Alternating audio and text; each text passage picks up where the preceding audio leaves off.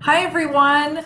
My name is Amy Easton. I'm with the ALS Association Oregon and Southwest Washington chapter. We're delighted today to have Anna Moot-Levin, one of the directors and producers of a new documentary called Matter of Mind, My ALS. They are kind enough to allow our audience and community to screen this film. And that's why we wanted to talk with her today, so that you all can learn a little bit more about it. Our screening window, and fear not, we will share more information about this window. It'll be August 29th through September 5th. We're also hosting an in-person screening here in our Lloyd Tower in the ALS headquarters for Oregon on the Friday, September 1st. So lots of opportunities to take in this content and see this film. So Anna, thanks again for being with us. And I have just a couple questions, but I'm just really excited to get your input about this documentary. So my first question is just in general, tell us about the making of this film. Well, thank you so much for having me today. I'm excited to be here to chat with you about Matter of Mind, My ALS. The film follows the stories of three different individuals living with ALS and their families in three different parts of the country, coming from three very different life experiences and types of communities. So really making the film was a process of immersing ourselves in the world of living with ALS. We began by speaking with dozens of families all across the country, from different types of communities about their experiences living with ALS. One of the really important goals of the project was to focus on underrepresented stories of ALS. And so one of the stories that we follow in the film is about a young woman diagnosed under the age of 35 with ALS, who is living in New Jersey with her husband. And we also filmed with a man living in a rural community in Central Valley, California, and his wife and caregiver. And finally, we filmed with African American architect Phil Freelon in Durham, North Carolina, living with ALS in his community. And so exploring these different stories, typically we tend to hear about older white men with ALS, often from more affluent communities. And we really sought to explore what is the experience of a young woman living with ALS? What's the experience of someone who is living in a rural, under-resourced community, and what's the experience of a family of color? And I know here in Oregon and Southwest Washington, our population represents all of those. So I know there's many people within our community that could relate to those stories and see themselves in it. So my next question, what were some of the general goals of the project? So what we set out to do was really explore the complex choices that people face when living with this illness, and the questions that people grapple with along with their families and support systems. And what we really found is that there's no one way to live with ALS. And there's such a broad range of experiences in terms of how someone experiences the disease, progression of symptoms, and all different choices that one makes along the journey of having ALS. And so, we only are representing 3 experiences out of countless.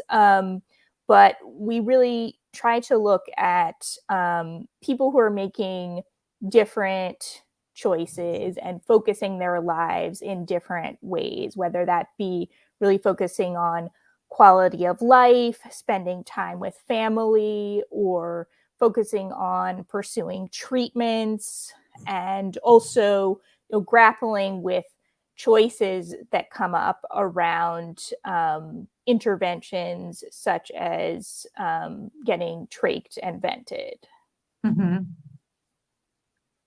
So, what do you feel like you learned personally about ALS through this filmmaking journey? Well, I think that when I tell people that I'm working on a series about neurodegenerative diseases, and this is one of 3 films, the other 2 are about Parkinson's and Alzheimer's disease, I often get the response, "Oh, that must be so difficult. That must be, for lack of a better word, depressing." And there's no doubt that it has been an incredibly emotional journey, seeing people confront a devastating illness like ALS. And at the same time, it's been a surprisingly life affirming experience for me as a filmmaker, seeing people grapple with these incredible challenges with grace, with humor, and with a lot of introspection about what it means to have a fulfilling and meaningful life. And I really came away from making this film with a new personal sense of confidence in terms of facing my own life, facing my own challenges. I had a family member who I was very close to who passed away, not from ALS, but from another terminal illness, who was also young, in her in her early 30s. And I think in witnessing families grappling with ALS, it gave me a new perspective going into that experience with my cousin, who I was very close to, as she was approaching the end of her life and thinking about questions for herself and what she wanted at that time. Mhm. Getting to know people living with ALS really does help reaffirm what it means to live. I think working for the ALS Association, we get the same questions. Is this going to be a depressing experience? And in the end, it teaches you more about what it is to live than to die. And they're just so full of wisdom. Absolutely. I certainly think you captured some of those moments of wisdom and clarity from people living with ALS in the documentary. And I found it really inspiring. So do you have any other sort of pearls of wisdom or advice that you might give somebody before they watch this film? Our community is going to know ALS. So I really wanted to see if the directors and filmmakers had some words going into it for us to sort of promote the film and why they should see it. Yes. Well, really at the heart of the film is this idea of choice and finding agency within a disease that seemingly strips people of a lot of power and abilities and choices. The film really follows the stories of 3 people that are still finding ways to make choices, and by still retaining that power and sense of self and thinking about what they want and desire, they're able to reclaim, I think, some of that agency that's been taken away from them with the disease. And then I would also say that although this film is about ALS, I would also say the film is very much about love and how people love and support each other while going through living with an illness like ALS. And you see in each of the stories, the spouses of the people with ALS really expressing their love and care for their partner with ALS, in all the nuanced, complex ways, in terms of grieving the parts of their partners that they've lost, the frustrations of what their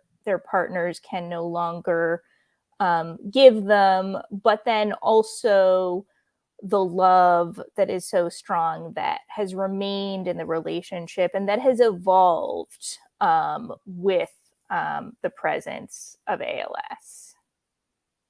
Thanks for that, Anna. Is there anything else you wanted to share about the documentary while we have you? No, I don't think so.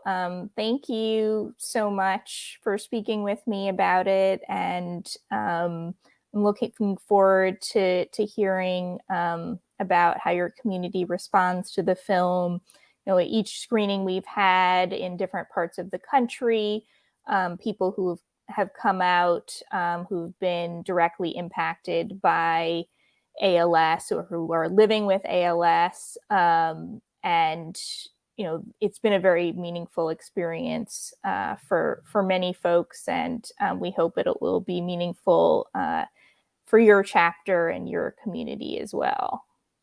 Thanks, Anna. And thank you guys for watching. I hope you check out the movie during our screening window. Don't hesitate to reach out to the chapter with any questions about the film, info@alsoregon.org.